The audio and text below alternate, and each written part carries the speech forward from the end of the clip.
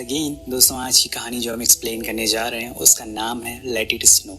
ये कहानी आपको हर बारी एक नए मोड़ पर लाकर खड़ा कर देगी, क्योंकि इसमें हद से ज्यादा ट्विस्ट और सर्वाइवल प्लॉट है। गाइस, शुरुआत होती है जॉर्जिया शहर से, जहां आज पूरे शहर में क्रिसमस एंजॉय किया जा रहा है। कुछ लोग स्कीइंग करने के लिए ऊपर माउंटेन पर भी आए हुए हैं, और इसी में से हम 17 साल की अलीसा नाम की लड़की को देखते हैं, जो बड़ी ही तेजी से स्कीइंग कर रही है।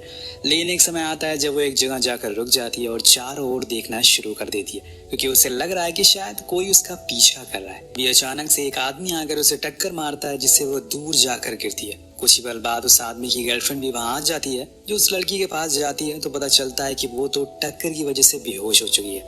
अब यहाँ उनका फर्ज बनता है कि वो उसकी मदद करें, उसे लेकर हॉस्पिटल जाए। लेकिन असल में वो उसका बिल्कुल उल्टा करते हैं और वो दोनों उसे वही बनने के लिए छोड़ देते हैं। वहां से चले जाते हैं और इसके बाद हम उस लड़की की फोन में उसकी मॉम का कॉल आते हुए देखते हैं। लेकिन अफसोस वो इस हालत में नहीं होती कि वो उसकी कॉल उठाकर उनका जवाब दे सके या फिर अपनी हालत बता सके।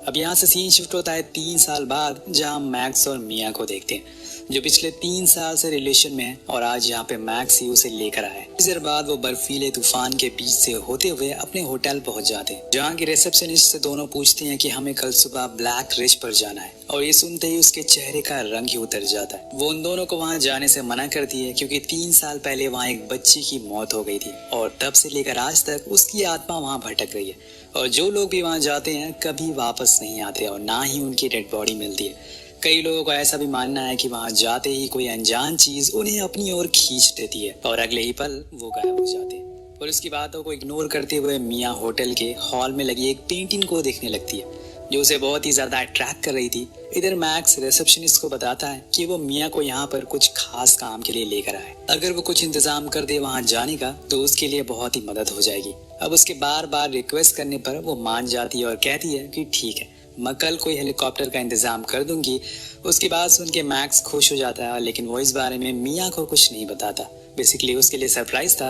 अब दोनों अपने रूम में चले जाते हैं, जहाँ से उन्हें एक खूबसूरत व्यू दिखता है, उसी ब्लैक रिज का, जिसे देखकर मिया कहती है कि मैंने आज तक इससे खूबसूरत चीज नहीं देखी। पता नहीं यहाँ के लोग इतनी ऐसी चीजों को इतना बुरा भला क्यों बताते हैं। वेल, अब उन्हें पता नहीं है कि आखिर वहाँ पे होता क्या है। कुछ चीजें दूर से ही अच्छी लगती है, लेकिन पास से बिल्कुल अलग। वेल, अब उस दिन दोनों बड़े आराम से सो जाते हैं, क्योंकि उन्हें अगली सुबह जल्दी उठना था। लेकिन अचानक से आधी रात को उनका गेट कोई नॉक करता है, जिससे मिया की नींद खुल जाती है। वो घबरा जाती है कि आखिर इतनी रात को कौन आ गया। वो खुद ही अकेले जाती है गेट के बाहर, तो वहां पर रिसेप्शनिस्ट खड़ी हुई थी, जो उन्हें फ्री वाइन देने आई थी। अब उसकी ये बात मिया को काफी अजीब लगती है, क्योंकि ये काम वो कल सुबह भी कर सकती थी। इतनी रात को करने की क्या जरूरत थी, पर वो उसे कुछ कहती नहीं है। वो लेडी उसे एक बार फिर से वार्निंग देती है कि ब्लैक रिज पर मत जाओ, और बताती है कि आज सुबह ही हमें एक आदमी की लाश मिली है उसी ब्लैक रिज से। उसकी वाइफ यहाँ पिछले 5 दिनों से रह रही थी, लेकिन 5 दिनों बाद उसे अपना पति मिला, वो भी मरा हुआ हालत में। अब ये बात तो डराने वाली थी, लेकिन मिया को कुछ खास फर्क नहीं पड़ता, इसलिए वो गेट बंद कर लेती है। पर यहाँ हम एक और चीज नोटिस करते हैं, उसने उन दोनों के रूम के बाहर एक क्रॉस बना दिया था। अब जब उस क्रॉस को मिया देखती है तो वो फौरन मैक्स को उठाती है, पर उसे कोई क्रॉस नहीं दिखता। ये बात मिया को परेशान करने लगती है, पर वो सोचती है कि शायद ये उसका कोई वहम हो सकता है, और इसीलिए दोनों फिर से सो जाते हैं। आखिर उस ब्लैक रिज पर ऐसा क्या है जिसे पूरे टाउन के लोग डरे हुए हैं। वेल, कहानी आगे बढ़ती है और वो दिन आ जाता है जब इन दोनों को ब्लैक रिज पर जाना था। मिया सारे सामान को पैक करने लगती है, जिसमें उसे एक रिंग भी मिलती है, और ये देखकर वो समझ जाती है कि मैक्स यहाँ पर उसे शादी के लिए प्रपोज करने लाए। ये बात उसे खुश कर देती है। अब हेलीकॉप्टर का भी इंतजाम हो चुका था, पर इनके होटल से निकलने के बाद मिया उस क्रॉस को किस करती है, जिसका मतलब तो आप समझ गए होंगे। अब बाहर निकलते समय उस आदमी की लाश वहां पर आ रही थी, जिसकी वाइफ उसे पिछले 5 दिनों से ढूंढ रही थी। उसकी लाश को भी देखकर दोनों को समझ नहीं आता कि वहां नहीं जाना चाहिए, लेकिन आप तो जानते ही हैं कि कुछ लोग के अंदर कीड़ा होता है। जो आदमी मरा है वो एक ट्रेनर था, और स्कीइंग करना इसका हर रोज का काम था, तो ऐसे में बहुत ही कम चांसेस हैं कि ये स्कीइंग करते हुए मरा होगा। खैर, अब दोनों हेलीकॉप्टर में बैठ जाते हैं और ऊंचे ऊंचे पहाड़ियों को देखते हुए उस ब्लैक रिज के करीब पहुंच जाते हैं, जहाँ पर उन्हें एक क्रॉस दिखाई देता है, जिसके बारे में पायलट उन्हें बताता है कि जो बच्ची सालों पहले यहाँ मरी थी, उसकी फैमिली ने ये क्रॉस उसी की याद में लगाया है। अब दोनों को वहीं टॉप पर छोड़कर हेलीकॉप्टर वहां से चला जाता है। फिर मैक्स और मिया अपने अपने गियर्स पहन लेते हैं, जिसके बाद से शुरू हो जाता है इनका सर्वाइवल एडवेंचर, जो इन्होंने आज से पहले कभी भी एक्सपीरियंस नहीं किया होगा। दोनों मजे से स्कीइंग करने में लग जाते हैं, लेकिन बीच में हमें कुछ ऐसी चीजें दिखती है जो इन दोनों को दिखाई नहीं देती। जैसे कि कुछ ही दूरी पर हम एक आदमी के हाथ को देखते हैं जो बर्फ के नीचे से बाहर आ रहा था। मे बी वो किसी और इंसान की लाश हो, या वो दोनों अपनी वॉकी टॉकी से एक दूसरे से बात कर रहे थे और ऐसे ही खुद को एक दूसरे से कनेक्ट करे हुए थे। लेकिन एक समय आता है जब तेज तूफान इनकी तरफ आ रहा था। सामने बहुत ही ज्यादा फॉग आ गया था, जिस वजह से मिया मैक्स से अलग हो जाती है। उसका कनेक्शन भी टूट जाता है और तभी अचानक से उसकी टक्कर एक स्नो मोबाइल से होती है और वो वहीं गिर जाती है। जब कुछ समय के बाद उसकी आंख खुलती है तो वो देखती है कि अभी भी वो मैक्स से बहुत दूर है। वो उसे फिर से कनेक्ट करने की कोशिश करती है, लेकिन सामने से कोई जवाब नहीं आ रहा था। इसीलिए वो डिसाइड करती है कि वो खुद मैक्स को ढूंढेगी। क्या पता वो आसपास ही हो। उसके लिए वो चलना शुरू कर देती है, पर उसे ये नहीं पता कि इस एरिया में कुछ ऐसी भी जगहें हैं जहाँ पर जाना रेस्ट्रिक्टेड है। अगर वो उसके अंदर चली गई तो कुछ जंगली जानवर उसे मार डालेंगे। कुछ दूरी तय करने के बाद उसे सामने मैक्स खड़ा हुआ मिलता है। वो देखकर बहुत ही खुश होती है और उसके पास जाने लगती है। बीच में उसे रोज भी मिलते हैं, जिसे उसे लगता है कि शायद यही मैक्स का सरप्राइज होगा और इसीलिए वो पास जाने लगती है। और तब उसे पता चलता है कि मैक्स यहाँ खुद नहीं बल्कि किसी और की मर्जी से खड़ा हुआ है, क्योंकि उसके दोनों हाथ पैर बंधे हुए थे। अब उसके और पास जाते हुए उसे एक आदमी अपनी स्नो मोबाइल से खींचते हुए ले जाने लगता है। मिया बहुत चिल्लाती है जिससे कि वो रुक जाए, लेकिन उस इंसान के दिमाग में क्या चल रहा था ये किसी को पता नहीं था। जिस रास्ते पर वो गया था मिया भी उसे फॉलो करके आगे बढ़ना शुरू करती है, लेकिन ये जगह दूर से जितनी खूबसूरत लग रही थी पास से ही उतनी ज्यादा खतरनाक। और ये बात अब मिया को समझ आ चुकी थी। अब मिया को जैसे भी करके उस इंसान को ढूंढना पड़ेगा, वरना हो सकता है कि वो मैक्स को मार डाले। लेकिन यहाँ उल्टा हो जाता है, वो इंसान मिया के पास खुद ही आ जाता है उसे ढूंढते ढूंढते। लेकिन यहाँ पर उसके दिमाग में कुछ अलग ही चीज चल रही थी। ये बात मिया भी समझ जाती क्योंकि उसके हाथों में उसे एक बॉम्ब दिख जाता है जिससे वो बर्फ में फोड़ने वाला था, जिससे कि यहाँ पर एक एवलांच आ जाए और उसमें दबकर मिया मारी जाए। लेकिन वो पहले से ही तैयार होती है, इसलिए वो अपनी स्किंग लेकर फौरन नीचे उतरने लगती है। पर वो कुछ ही देर बाद उस एवलांच के नीचे आ जाती है, क्योंकि उसकी इतनी स्पीड नहीं थी कि वो उसे हरा सके। पर यहाँ मिया की किस्मत अच्छी होती है, उसने खुद को बचा लिया था। वो आदमी अभी भी उसका पीछा नहीं छोड़ने वाला था और इसीलिए वो उस पूरे एरिया में ब्लेड मार मार कर उसे चेक करता है कि कहीं वो जिंदा तो नहीं है। अब एक बारी तो उसके ब्लेड लग भी जाता है, लेकिन वो चुपचाप मुंह बंद करके लेटी रहती है ताकि कोई आवाज ना आए। अब उस आदमी के जाने के बाद वो अपना हाथ बाहर निकालती है इस उम्मीद में कि शायद कोई उसकी मदद कर सके, और तभी एक आदमी उसका हाथ पकड़ लेता है। जब मिया की आंख खुलती है तो उसे एक बूढ़ा आदमी दिखता है। उसे देखकर मिया को लगता है कि शायद वो उसे किडनैप करने आए, क्योंकि वो उसे जॉर्जियन लैंग्वेज में बात कर रहा था जो कि मिया को समझ नहीं आ रही थी।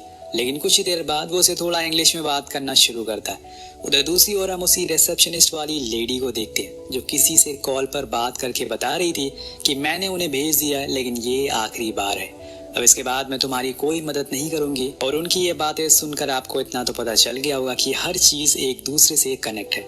लेकिन ये लेडी आखिर किससे बात कर रही थी ये तो आपको कहानी के आखिर में पता चल जाएगा। वहीं दूसरी ओर हम उस ओल्ड मैन को देखते हैं जो मिया के साथ अब घुल मिल गया था, क्योंकि वो एक अच्छा इंसान होता है। वो उसे अपनी ग्रैंड डॉटर की फोटो भी दिखाता है और बताता है कि इसकी 3 साल पहले मौत हो गई थी एक हादसे में। तो यहाँ आपको पता चल गया होगा कि यहाँ पर किस लड़की के बारे में बात हो रही है। जो बच्ची मरी थी वो इसी आदमी की पोती थी। इसे बीच मिया की नजर उस रूम में लगी एक फोटो पर पड़ती है जो सेम वही फोटो थी जो उस दिन उसने होटल में देखी थी। अब दोनों और बातें करना शुरू कर देते हैं, जिसमें वो बूढ़ा आदमी एक टेप सुनाता है जिसमें उसकी ग्रैंड डॉटर एक गाना गा रही थी जिसका नाम था लेट द स्नो, जो कि स्टोरी का टाइटल भी है। उसकी इन सब बातों से हमें एक चीज तो कंफर्म हो जाती है कि ये बूढ़ा आदमी एक अच्छा इंसान है और वो मिया को मारने नहीं बल्कि उसे बचाने के लिए यहाँ पर ले आया है। अब अगली सुबह होते ही मिया सोकर उठती है तो देखती है कि वो बूढ़ा आदमी अब वहां से जा चुका है। इसलिए वो बाहर आ जाती है, जहाँ पर हमें पता चलता है कि जिस जगह पर इसने पूरी रात गुजारी थी वो असल में पहाड़ों के बिल्कुल बीच में है। लेकिन अब उसे यहाँ से बाहर निकलना होगा। वो चारों ओर देखना शुरू करती है। उसे वहाँ एक स्नो मोबाइल दिखाई देती है। तभी थोड़ी दूरी पर उसे मैक्स का ग्लव्स भी मिलता है। अब ये देखकर वो पूरी तरह से शॉक हो जाती है, जिससे उसे कहीं न कहीं उस बूढ़े आदमी पर शक होने लगता, क्योंकि कल वो पूरी रात उसी के साथ थी, लेकिन आज सुबह होते ही वो गायब हो चुका है। लेकिन अगर उसने मिया को मारना ही होता तो वो उसे बचाता क्यों? यही सब बातें अब उसे परेशान करने लगी थी और इसीलिए वो अंदर जाती है उसे ढूंढने के लिए, पर वो बूढ़ा आदमी कहीं दिखाई नहीं देता। इसीलिए अब वो अपना सामान इकट्ठा करना शुरू कर देती है और उस स्नो मोबाइल की कीज भी ढूंढने लगती है। और बाहर आने पर उसे पता चलता है कि ये तो किसी और चीज की चाबियां हैं। उसी समय उसे एक और स्नो मोबाइल की आवाज आती है और ये वही आदमी की थी जो उसे मारने की कोशिश कर रहा था। और यहाँ हम देख पाते हैं कि उसके हाथ में उसकी रियल चाबियां होती है। वो उसे दिखाकर टीज करता है और फिर वहाँ से चला जाता है, जिससे ये साफ पता चलता है कि वो आदमी नहीं चाहता कि मियाँ स्नोमोबाइल या फिर किसी भी बाइक से यहाँ से बाहर निकले, और इसीलिए मियाँ पैदल ही चलना शुरू कर देती। लेकिन उसे इसके आगे क्या करना है कुछ पता नहीं है, बस वो चली जा रही थी। दूसरी तरफ हम कुछ रेस्क्यू ऑफिसर को देखते हैं जो वहाँ फंसे हुए लोगों को ढूंढ रहे थे, लेकिन अभी मियाँ उनसे काफी दूर है, वो तो बस चले ही जा रही है। सुबह से शाम और रात से सुबह हो जाती है। उसने इन बीते समय में ना तो कुछ खाया और ना ही पिया है, बस चली जा रही है। लेकिन आज उसके साथ कुछ अच्छा होता है। वो उन दो रेस्क्यू वालों के करीब पहुंच गई थी और वो उन्हें आवाज तो लगाती है, लेकिन अफसोस कि उसके अंदर अब इतनी ताकत नहीं बची कि वो इतनी तेज आवाज लगा सके और वो उन तक पहुंच सके। और वो मियाँ को देख नहीं पाते, इसीलिए वहां से चले जाते और वो खुद को ही तकलीफ पहुंचाने लगती है। अब उसकी जगह कोई और भी होता तो शायद वो यही करता। उसके सामने उसकी एक आखिरी उम्मीद चली गई, इसके बाद न जाने कब वो लोग वापस आएंगे। लेकिन यहाँ मियाँ उम्मीद नहीं हारती और शायद इसी का नाम जिंदगी है। अगर आपने उम्मीद छोड़ दी तो आप कुछ नहीं कर पाएंगे। मियाँ और ऊपर जाने की कोशिश करती है जहाँ पे शायद वो किसी से कनेक्ट हो सके, पर कुछ ही देर बाद उसे एक टेंट दिखाई पड़ता है जो बहुत ही अजीब तरह से बनाया गया था, जैसे कि उसकी एंट्री पर किसी एक डॉल को हुक किया गया था जिसके पेट में एक रॉड घुसा हुआ था। वो अंदर जाती है तो उसे वही ओल्ड मैन की ग्रैंड डॉटर की फोटो दिखाई पड़ती है और चारों तरफ क्रॉस के सिंबल बने हुए थे, जो शायद उसी आदमी का काम है जो अभी तक उसका पीछा कर रहा है। और इसी दौरान उसकी नजर सामने टंगे हुए एक आदमी पर पड़ती है। जब वो उसके करीब जाती है तो देखती है कि ये तो वही बूढ़ा आदमी है जिसने उसकी जान बचाई थी, मतलब कि वो खूनी ये नहीं है। अब वो उसे बचाने की सोचती है, पर तभी वहां पर वो अनजान आदमी आ जाता है जो उसका पीछा कर रहा था। वो उसे देखकर भागना शुरू करती है, लेकिन वो ज्यादा दूर चल नहीं पाती। उसके अंदर इतनी ताकत ही नहीं बची थी, इसलिए वो थक कर वहीं गिर जाती है और एक आखिरी बार मैक्स से कांटेक्ट करने की कोशिश करती है। अब ये उसका वहम था या फिर हकीकत थी, क्योंकि मैक्स का रेडियो कनेक्ट हो जाता है, यानी कि वो भी जिंदा है। मैक्स की आवाज ही मियाँ को आगे बढ़ने की हिम्मत देती है और इसीलिए वो उठ खड़ी होती है और चलना फिर से शुरू करती है। पर उसे बहुत तेज भूख लगी थी, उसने कई दिनों से कुछ खाया नहीं था और इसीलिए वो भूख के कारण बर्फी खाना शुरू कर देती है। पर उसे ये हो नहीं पाता क्योंकि ये सब उसके लिए एकदम नया था। तभी उसकी नजर सामने वाली चोटी पर पड़ती है जहाँ पर वो अनजान आदमी खड़ा हुआ था और इस बारी उसके हाथ में एक एक्स था, यानी कि उसने प्लान बना लिया कि अब वो मियाँ को मार कर ही छोड़ेगा। उसे देखकर मियाँ फिर से भागना शुरू करती है और इस बारी वो जाकर गिर जाती है एक खाई में। 2 घंटे बाद जब उसकी आंख खुलती है तो उसे पानी बहने की आवाज सुनाई देती है। वो देखती है कि उसके पास में एक नदी बह रही है, इसलिए वो सबसे पहले तो ढेर सारा पानी पीती है और अपना मुंह धोती है। मियाँ की हालत अब बहुत ही बुरी हो चुकी है, उसके सर पर चोट आई है, लेकिन इस हालत में भी उसे मैक्स का ही ख्याल आ रहा है। तभी उसे अपने सामने वही आदमी दिखता है। मियाँ उसे देखकर फ्रस्ट्रेट हो जाती है और इसीलिए वो पूरी ताकत से चिल्लाती है और अपने अंदर का गुस्सा दिखाती है। अब वो मैक्स के लिए जीना चाहती है, इसलिए फिर से वो चलना शुरू करती है और ऐसे ही करते करते रात हो जाती है, जहाँ वो बड़ी ही मुशक्कत के साथ आग जलाती है। आज की रात वो वहीं गुजारने वाली है। अगले दिन जब वो फिर से चलना शुरू करती है तो उसके दिमाग में अजीब अजीब से ख्याल आने शुरू हो जाते हैं, जिसमें से सबसे अजीब ये था कि कहीं जो आदमी उसे मारना चाह रहा है वो मैक्स तो नहीं है, कहीं ये उसका सरप्राइज तो नहीं है। पर उसकी इमेजिनेशन कुछ ही देर में टूट जाती है, क्योंकि चलते चलते वो एक खाई के किनारे पहुंच जाती है जहाँ उसे एक स्नोमैन मिलता है और उसके अंदर कोई और नहीं बल्कि मैक्स ही था, वो भी मरा हुआ। उसके पास रखी थी वो रिंग जो मियाँ को प्रपोज करने के लिए लाया था। मतलब मैक्स अब मर चुका है और उसकी ऐसी हालत देखकर मियाँ ने पूरा होश हवास खो दिया था। वो उस रिंग को लेकर पहन लेती है और मैक्स को गले से लगा लेती है, जिसमें उसके साथ बिताए हुए कुछ पल को याद करती है और वो पूरी तरह से टूट चुकी थी। उसने कभी कुछ सोचा नहीं था कि ऐसा कुछ हो जाएगा। अगले ही पल वो उसे लेकर खाई में कूद जाती है। मैक्स ही उसका सब कुछ था और उसने उसके साथ ही मरना चुना। अब ये सब दूर खड़ा हुआ वो शख्स देख रहा होता है जिसने अभी तक मियाँ को इतना परेशान किया था और मैक्स की जान ली थी, पर उसने ये सब आखिर करा क्यों और वो शख्स है कौन? यहाँ खुलता है इस कहानी के असली पत्ते। जी हाँ, वो शख्स असल में एक लड़की है और उस बच्ची की माँ है जिसकी मौत आज से 3 साल पहले हुई थी और उसकी मौत हुई थी यहाँ पर आए हुए 2 टूरिस्ट से। उसके बाद से उसने हर वो शख्स की जान ले ली जो यहाँ पर घूमने आया करता था। वो वहाँ बने हुए क्रॉस पर जाती है और उस पर एक और क्रॉस बना देती है। हम वहाँ बहुत सारे क्रॉस को देख पाते हैं, मतलब उसने इतने सारे लोगों की जान ले ली है। हमें बताया जाता है कि एक माँ से ज्यादा प्यार कोई नहीं कर सकता, लेकिन अगर उसी माँ से उसके बच्चे को छीन लिया जाए तो उससे ज्यादा खतरनाक कोई नहीं हो सकता और ये चीज हमने देख भी ली। अब उसने ये सब सिर्फ बदले बेटे के लिए किया था, पर इसमें उसके डैड की क्या गलती थी? उसने आखिर उसे क्यों मार डाला? क्या ये सही तरीका है किसी की मौत का बदला लेने का? अपनी बेटी के लिए उसने न जाने कितने मासूम लोगों को मौत के घाट उतार दिया। पर रुकिए, अभी कहानी खत्म नहीं होती है। आपको क्या लगता है कि क्या मिया इतनी आसानी से मरने वाली है? जी नहीं, वो अभी भी जिंदा बच गई है और अब वो लेगी मैक्स का बदला, वो भी उस लेडी को मार कर, क्योंकि उसके अंदर भी अब वही आग जल गई है जो उस लेडी के अंदर सालों से जलते हुए आ रही है। इस वीडियो पर एम करते हैं 400 कमेंट का, जिसके साथ ही ये कहानी ही खत्म हो जाती है। कमेंट जरूर करिएगा। मिलते हैं अगली वीडियो में। Peace out.